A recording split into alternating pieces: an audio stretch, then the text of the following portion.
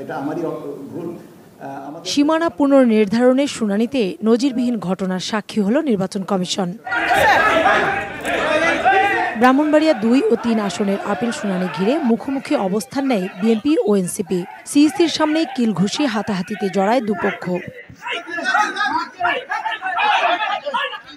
উদ্বুদ্ধ পরিস্থিতিতে বেশ কিছুক্ষণ বন্ধ থাকে শুনানি। বহু চেষ্টায় পরিস্থিতি নিয়ন্ত্রণে আনেন ইসি কর্মকর্তারা। মারামারির ঘটনা নিয়ে পাল্টাপাল্টি অভিযোগ করেন বিএনপি নেতা রুমিন ফারহান ও এনসিপি নেতা মোহাম্মদ আতাউল্লাহ। খালেদা জিয়া বারবার বলেছেন 2008-এর আগের সীমানায় আমরা ফিরে যেতে চাই। বিএনপির দাবি ছিল 2008-এর আগের সীমানায় ফিরে যাওয়া। বাংলাদেশের আমি এই ব্রাহ্মণবাড়িয়া বিজয়নগরের মানুষের জন্য আমি লড়াই করব। আমরা এই 3টি ইউনিয়নকে ব্রাহ্মণবাড়িয়া সদর 3 আসনের সাথে রাখার জন্য আমরা আবেদন জানিয়েছি।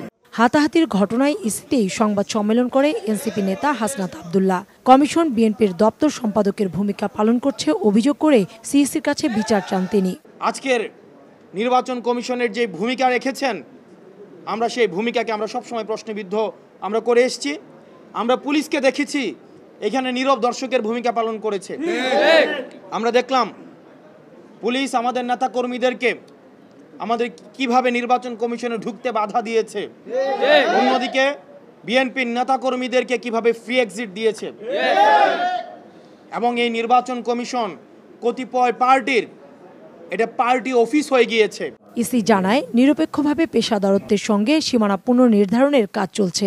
শুনানির জন্য আজকে আমরা নির্ধারিত সময়সূচি অনুযায়ী ব্রাহ্মণবাড়িয়া, কুমিল্লা, নোয়াখালী, চাঁদপুর, ফেনী এবং লক্ষ্মীপুর জেলার যথাক্রমে ব্রাহ্মণবাড়িয়া 2, 3 এবং 5, কুমিল্লা 1, 2, 6, 9, 10, 11, নোয়াখালী 1, 2, 4, 5, চাঁদপুর 2, 3, ফেনী 3, লক্ষ্মীপুর 2 ও 3 আসনগুলোর সীমানার বিষয়ে আমরা আলোচনায় আপনাদের কথা মতামত শুনব। বুধবার পর্যন্ত চলবে সীমানা পুনর্নির্ধারণের শুনানি। এরপর দাবি আবেদন আপত্তি করে চূড়ান্ত সীমানা প্রকাশ করবে ইসি।